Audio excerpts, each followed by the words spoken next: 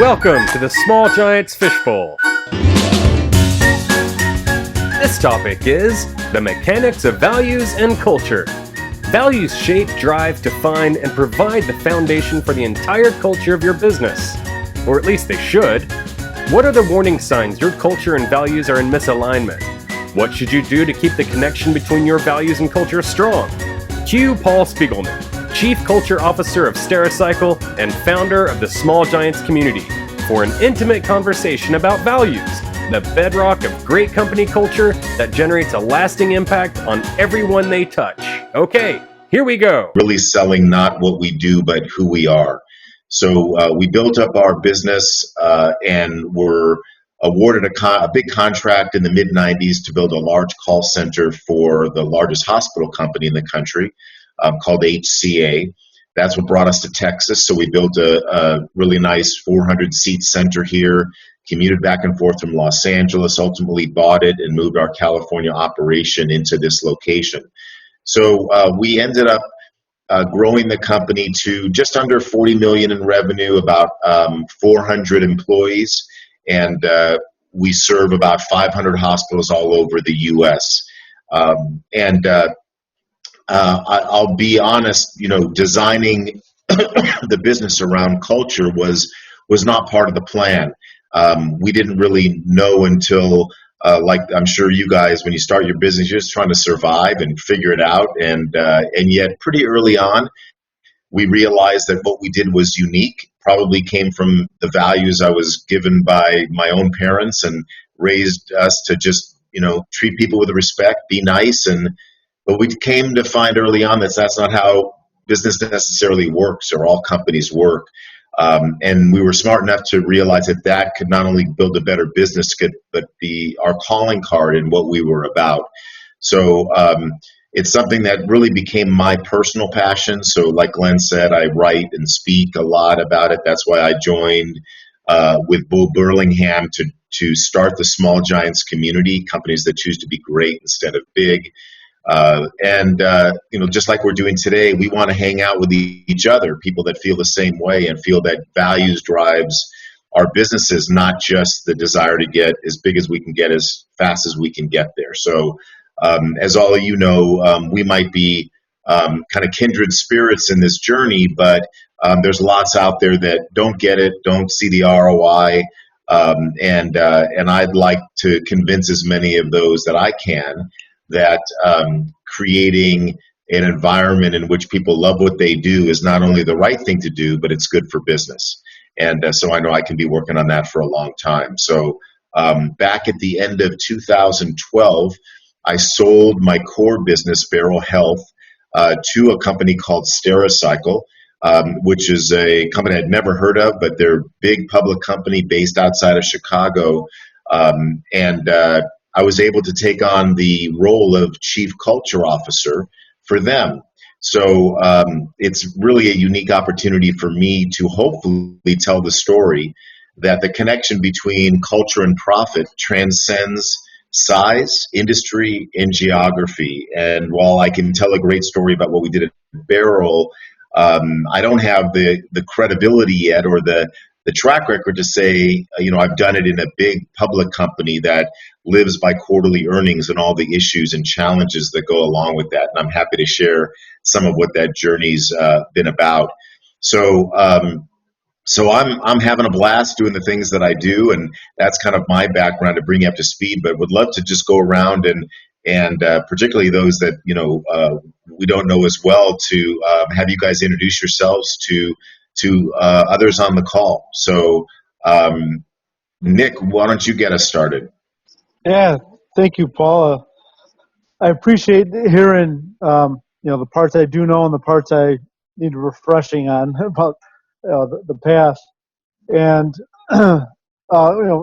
my background here at Nick's Pizza and Pub, I think everybody knows, just similar story of getting started, not really focused on specifically about values and purpose and things like that in the culture, but intuitively knowing that I wanted to build a great place to work and wanted to have a great place to work. And probably came a little bit from my grandmother and mother and father and those kind of things, for sure. And then later learning, similar to you, in the restaurant industry, especially, how what I was doing was a little bit unique. So, um, as you shared as well, Paul, it's like, why not? It doesn't have to be unique, So, uh, so that's that's why, I mean, it's fun, and I become, as I've been out there, after writing my book and been out there speaking a lot, and I come across the resistance in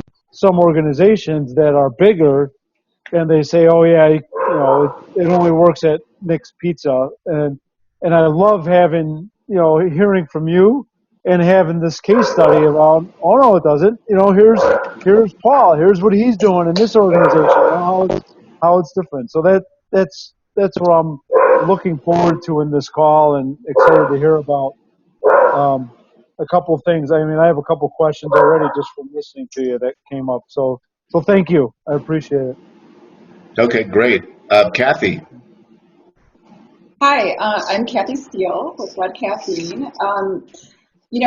It's sort of, I heard this time last year at Smoking, and I'm too excited to hear about how this starts to take shape in a really big organization. I think that's going to be an interesting journey. But for me, what happened was early last year, I was served with divorce papers from my business partner, and I went through a real.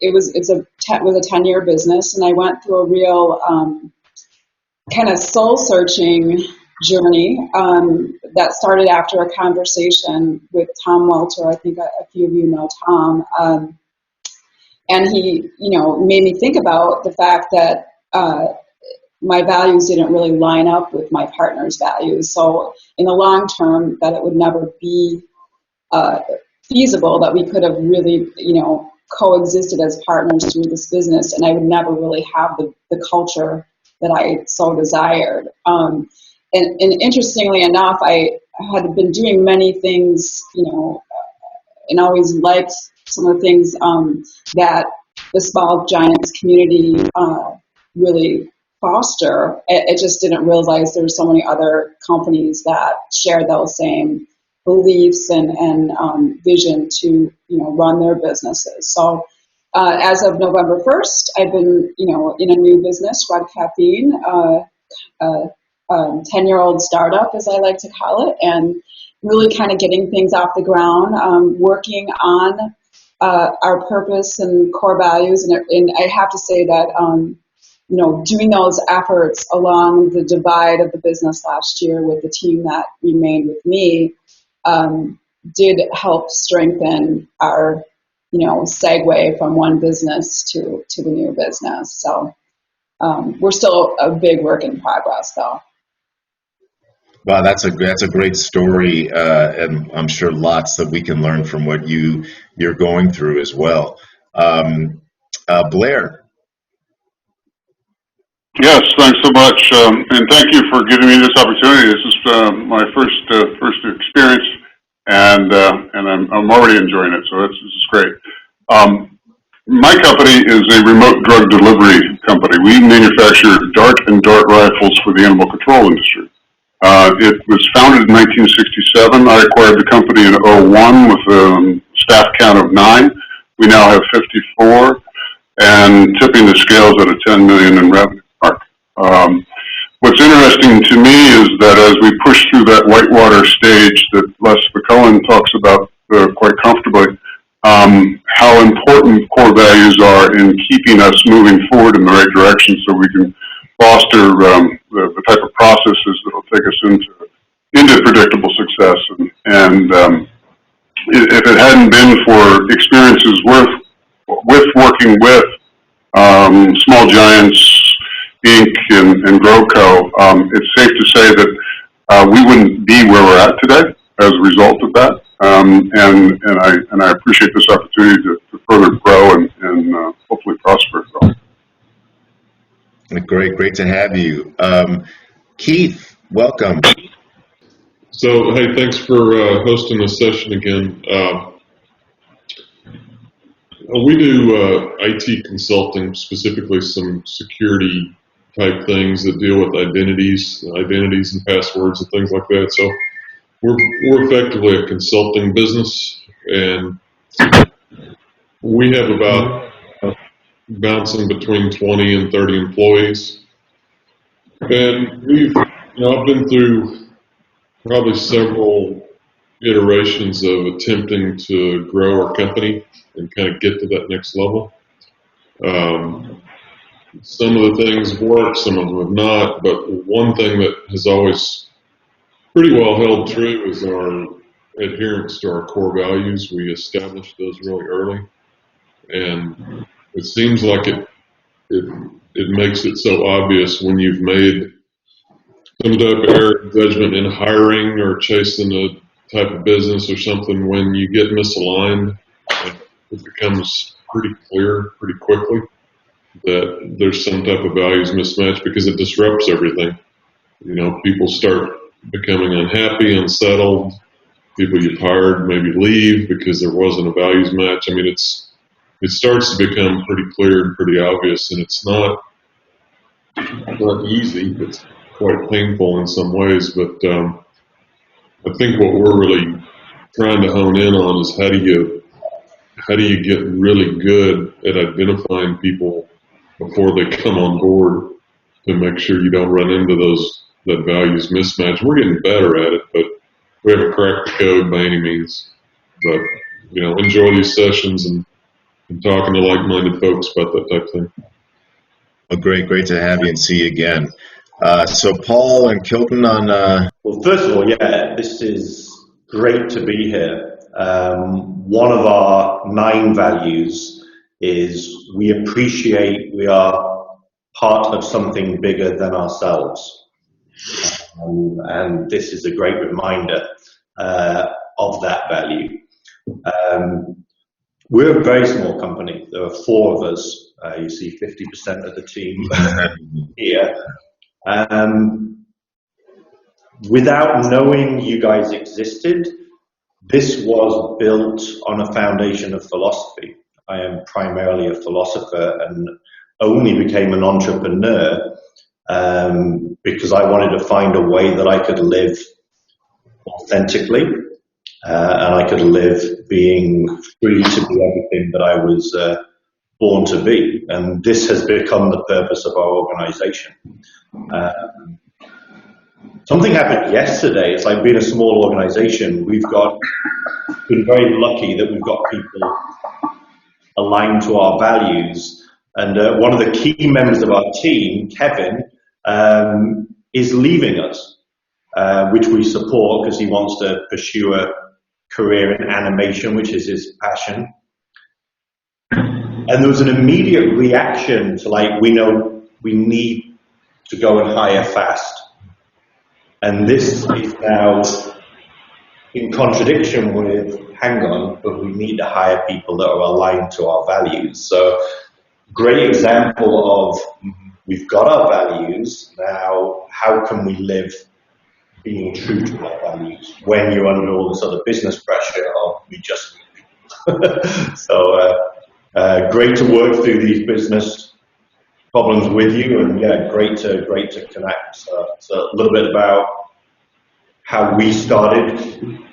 We actually create tools to help organizations reveal their people.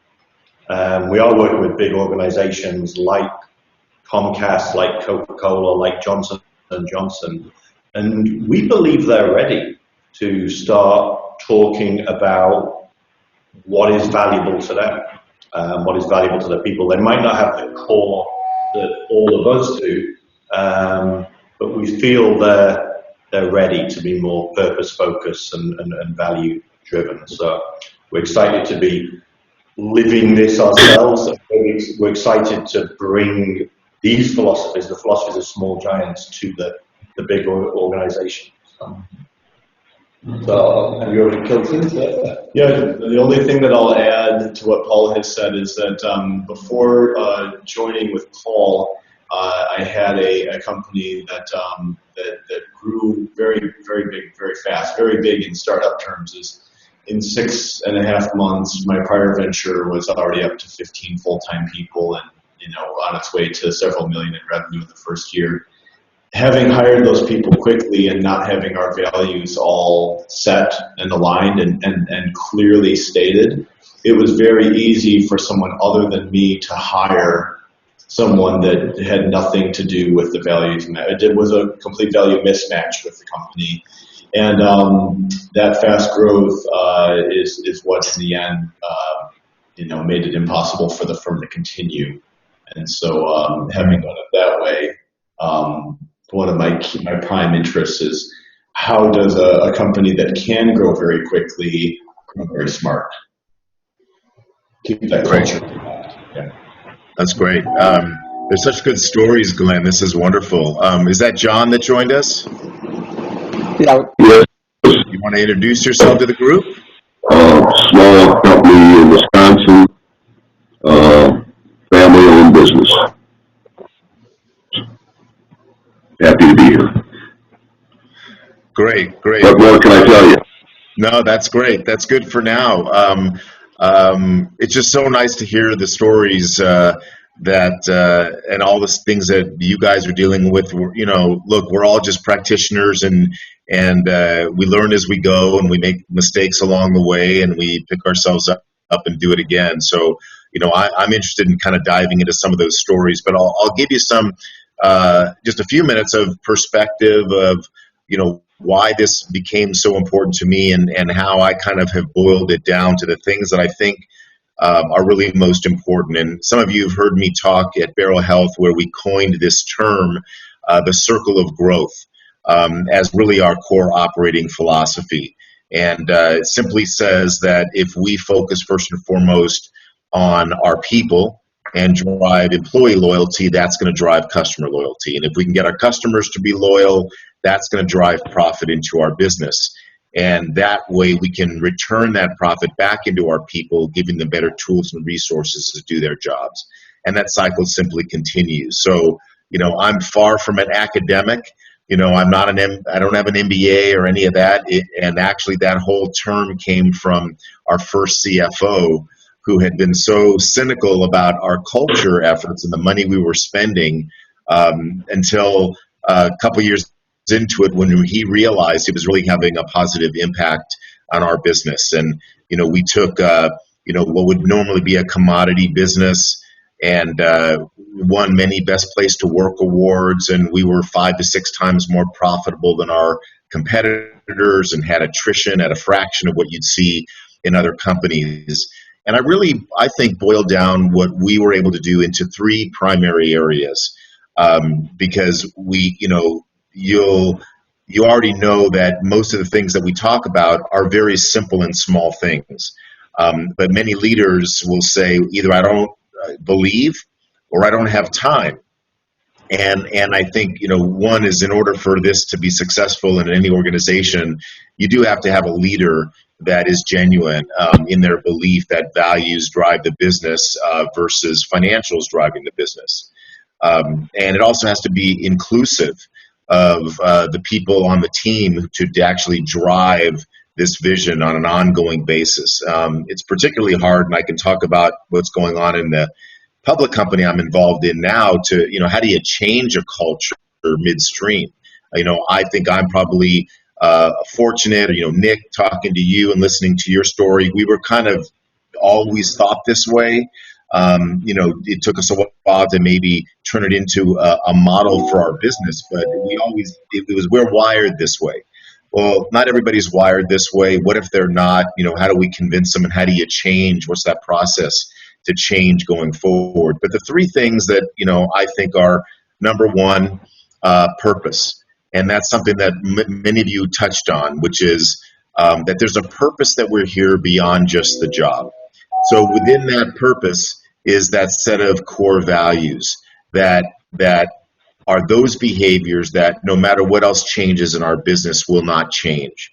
So, it's one thing to have them, a poster on the wall or a plaque in the lobby, but how do we really define ourselves? And I was quite a cynic years ago about mission, vision, values until one of my mentors talked to me about that and said, you really need a set of behaviors that your folks can attach themselves to. And so this is probably, 15, 16 years ago when we brought in a cross-functional team and went through the whole process of defining those values. And I was so surprised within a couple of weeks how these values would come up in conversations. And we would be in meetings and people would raise one of those values if it related to a customer project, or we might be dealing with an employee issue and someone would say, but wait a minute, what's the right thing to do?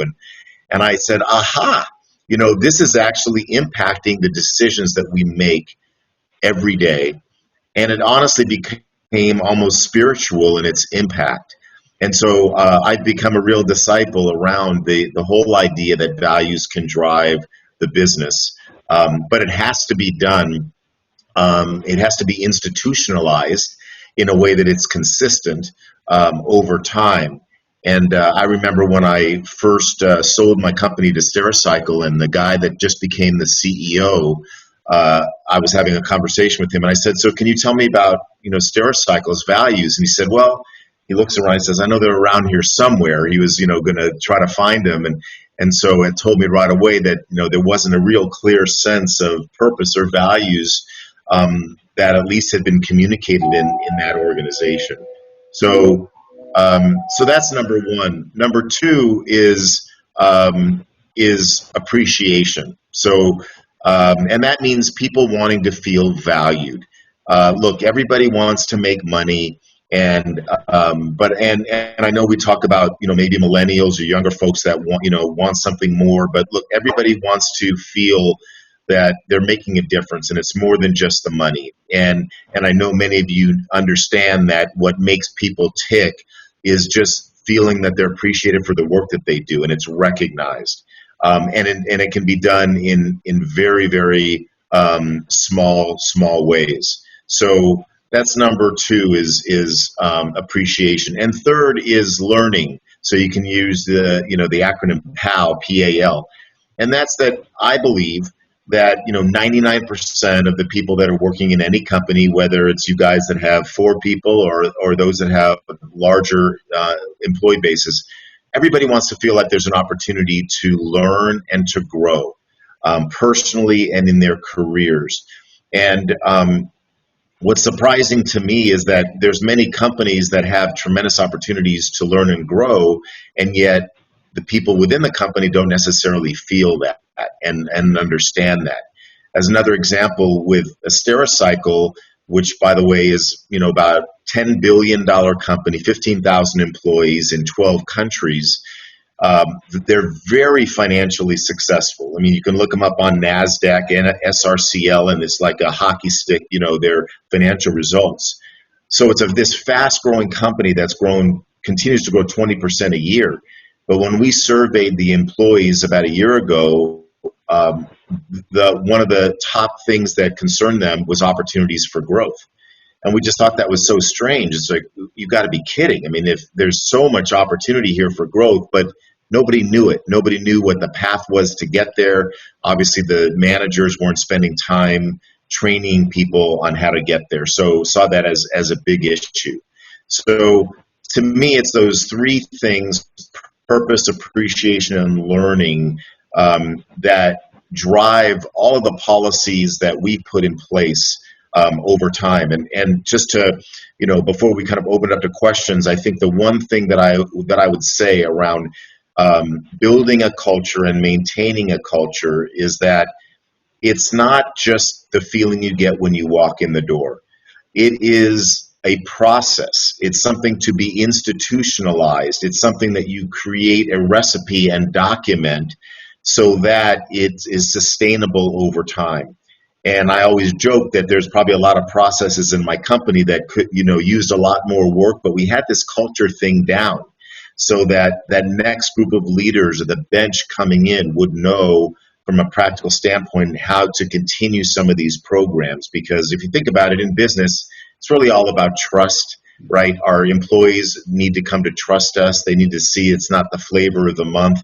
And you're only going to get that, in my opinion, through consistency and institutionalizing these practices over time and measuring learning, listening, and basically giving your people the opportunity to be themselves, and knowing that that's not a threat to the business, that's going to help your business grow. So I don't want to take up more time with what I've done. I'd love to jump in, Glenn, to some questions, and maybe we can solve a couple of problems here today. Yeah. So two things here. It seemed like as everybody was kind of giving their introductions, that a lot of folks hit on getting people into the organization as the right people into the organization, people that understand and champion your values, is an issue or something you haven't figured out yet. Would most folks agree with that? Yep. Thumbs up, heads up, not? Okay, yes. Paul, can you give us some insights into how Barrel Health approached the values conversation when it goes out into the community and is bringing people in, when it's through the actual onboarding, hiring process? Yeah, well, and I think, I want to be even really specific about the questions that came up. I mean, you guys, Paul and Kilton said how you got 4 people, you're going to lose one, and you're anxious to replace that person, and most of us, as small companies, when we get the budget to add that next person, we're so excited. We see somebody with a good resume, and we want to put them in a seat and get them going because we need them to be productive.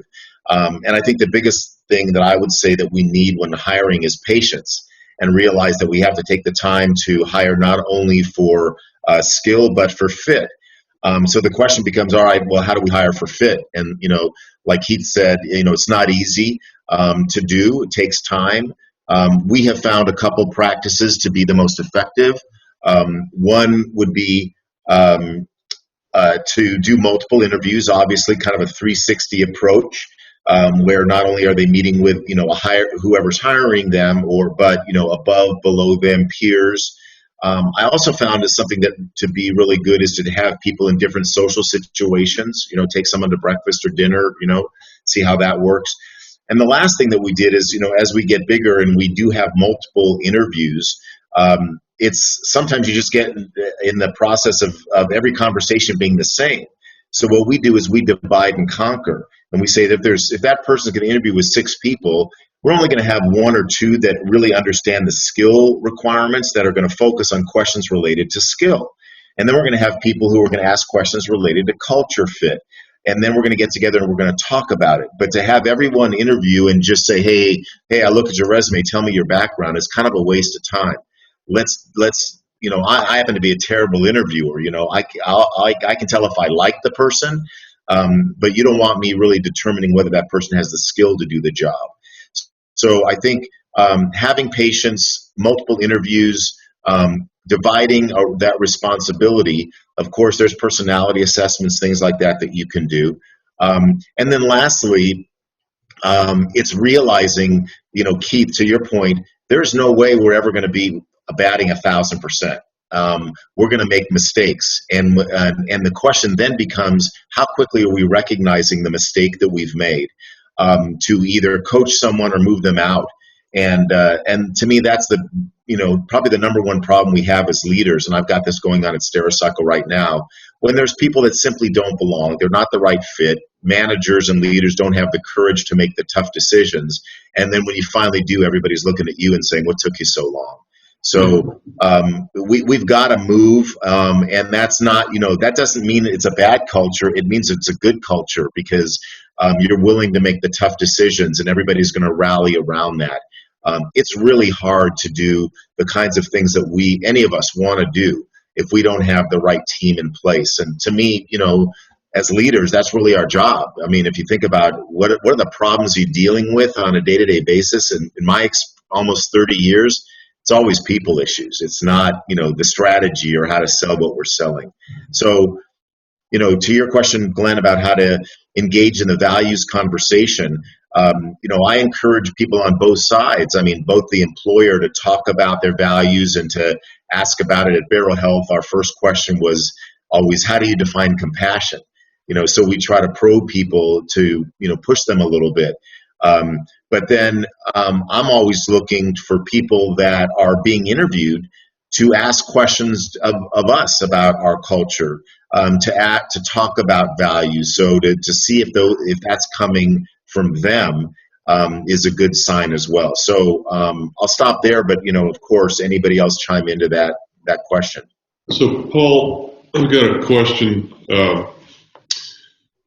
My pattern, my tendency probably has been to try people, maybe even in different roles, give them more chances than they probably need to see if, maybe changing things around will make them fit better. And historically, I think people have jumped off the bus rather than me sort of pushing them off the bus. Can you talk a little bit about timing? When you think you've got a mismatch, you're not exactly sure, you want to give it a little more time. Do you have any rule of thumb on tips and tricks on, how quickly you need to move? Yeah, that's a great question, Keith, and would love to hear from others. But and this is something that, again, over the years, I've become pretty strong about. And I had a mentor tell me this too, that look, when in your heart, in your gut, and you really do, that this person doesn't belong or will not be with you long term, you owe it to them to act now. And that means immediately. And I again, I don't want to be cynical, but I don't think that there are, and you can tell me how successful it's been, moving people into another role. From a skill set perspective, of course, from a growth perspective, but just moving them, we have to ask ourselves, is this convenient? Am I just trying to be nice, give them another chance? Or am I just delaying the inevitable? And so I think that what we sometimes do is we kind of blame that person because, they're not performing or they're not fitting. We need to look in the mirror and realize, we're the one that brought them on. We may not have given them the training necessary. So if you can look in the mirror and say, is there something I can do to make them more successful? It's worth you doing your part first versus worrying about what they do. But at some point, I think you have to make this decision. I would say that it's critical that this never is a surprise to someone. So the typical things, am I having regular one-to-one conversations with people? Of course, an annual evaluation or but no one should ever know. This should be topics that are coming up on a regular basis. And I think that waiting for people to self-select out is not necessarily the best course of action. The sooner you move, not only is it better for you and the business, but everyone else is looking at you to your guidance and your leadership. I'd love to hear from others if you guys agree or disagree with that. Tell a story about what happened in that prior venture that I had mentioned there. One of the co-founders of the company was there when there was 15 full-time and then 5 part-time people. So it's 20 people in the building. And it just came time that I realized, I knew, as you mentioned, in my gut that he was not going to work out long term. And we had tried him in 4 or 5 different roles. And the last, I proposed to other business partners that we need to let him go and or ask him to leave. And the usual response came up, which is, well, we need some help over here. Maybe he'll be better at that. And I said, if that's an open position and you didn't know him already, if he wasn't already in the company, would you hire him for that? All around the table, heavens no. I said, then he needs to go. Yeah. It was just reverse the question. If I didn't own him, would I buy him? No. Yeah. So that helped. Yeah, that's a great way to look at it. Nick, I'd love to hear from you on this one. Yeah, I mean, I agree. The only thing I would add, everything you said is right on. I don't move anybody. That's why we actually make sure somebody gets certified at we call a mastery level, if they want to go work in a different position in the company. The only thing I would add to it is don't stop interviewing, so that you never feel like you're in that position where you have to bring on a warm body. For us, we have interviews scheduled once a week for the practice for our people who are trained in interviews, our trainers, and to make sure that if there's talent out in the community, we get the talent before the guy down the street does. So for us it works once a week, but I mean for other businesses it might be once a month, whatever it is. But I would make sure put a structure in place where you're interviewing on a consistent basis. Yeah, always have a bench. Yep. Good point. Okay, Glenn, did you have another question? There we go. Actually, I had a little bit of a continuation on this question. John, you're in a family business. Is that correct? Yes, that's correct. How does the dynamic of a family business affect the conversation that everyone else is having on bringing the right person in and sending them out? Does that affect you?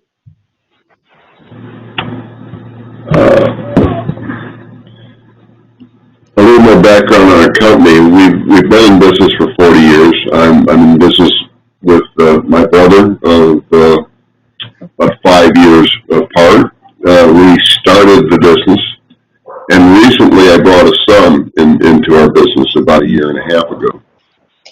And so one of our challenges is turnover and getting the right people in our organization. And we've really struggled with getting frontline people. So being in the milling business, this being a really tough year in Wisconsin, we had some really tough conditions in our environment. We've got a lot of turnover in our front line. We use a hiring team, and so we have peers. So frontline people, frontline supervisors are part of our hiring team, and they're hiring to our core values. We're real clear about our core values. We've got a handout that are on the wall, and they're discussed and talked about frequently in our communications. And so, and even doing that, we're struggling keeping that frontline individual. I mean, these are jobs in the $13 to $18 range. I mean, they're good jobs for the rural setting that we're in. Good paying jobs. I don't know that I guess long answer. I don't know that the family dynamics change anything, because we really treat all of our people as family. And so I don't see that. I don't know. I mean, it's the only business that we've been in, and so I don't know what to compare that to know that's any different than what you're experiencing in non-family businesses. Yeah, I'd actually like to follow up, John, just to ask you, you have, I mean, Nick and I both have, companies where they're generally higher turnover, even lower paid frontline workers, typically high attrition. So you've got, like you said, a well-paid workforce, and you're dealing with turnover issues. Where do you think, if I were to talk to 5 of your frontline employees today, where do you think the issues are, or do you have a sense today around that turnover? No, we don't have a very good sense for that.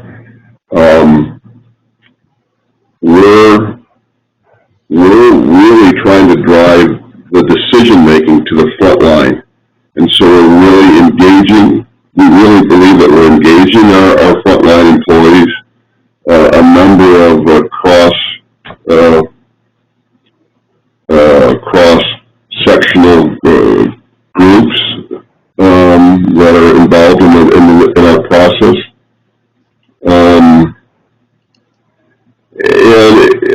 most of our turnover is probably in the first 3 months.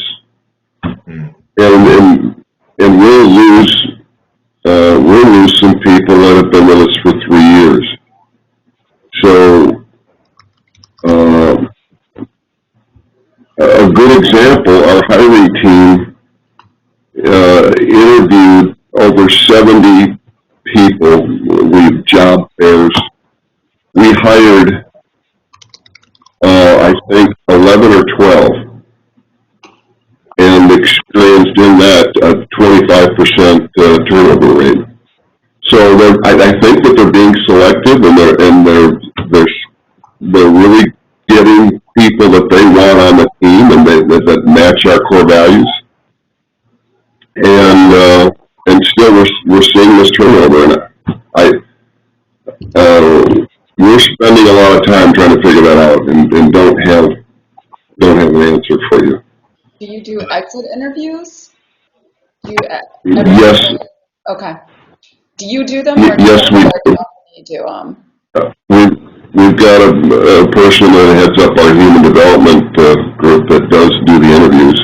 We've lost people for closer jobs to home, higher pay.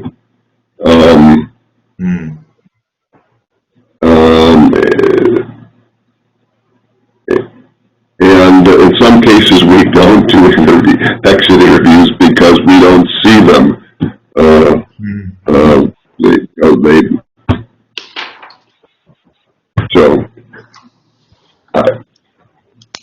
We're trying to gather as much information as we can doing exit interviews. Yeah, I think one of the things that it reminded me of when you talked about your high level of turnover in that first 3 months, we used to have that a few times at Barrow Health over the years, and I think what we boiled it down to is that we weren't spending enough time sharing with the new employees exactly what they were getting themselves into, right? Like, what is the job? What's to be expected? What your day is going to be like? And be really open and honest about that, because, in our example, we run a healthcare call center. You're taking 80 to 90 calls a day from moms that are concerned about the health of their kids or whatever it is. It's a tough job. And I think that sometimes we would just stand behind the fact that we just had this great culture and come on in, and not really be completely transparent about the job. And then people would come in and at a month or 6 weeks and go, oh my gosh, I never really realized what this was. So I'm not saying that that's happening there, but that's one of the things we found when we had, kind of early stage turnover like that. Okay, well that's it for this one. Check out more Fishbowls exclusively for the Small Giants community at smallgiants.org.